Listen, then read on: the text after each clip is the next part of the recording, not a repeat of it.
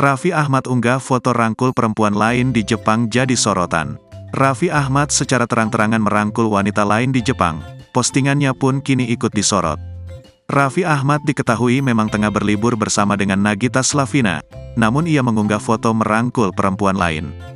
Postingan Raffi Ahmad merangkul wanita lain tersebut langsung banjir hujatan.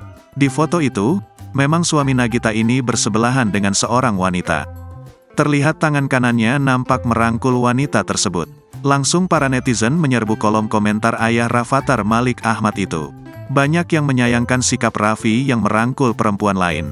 Bahkan, tak sedikit yang merasa kasihan terhadap Nagita.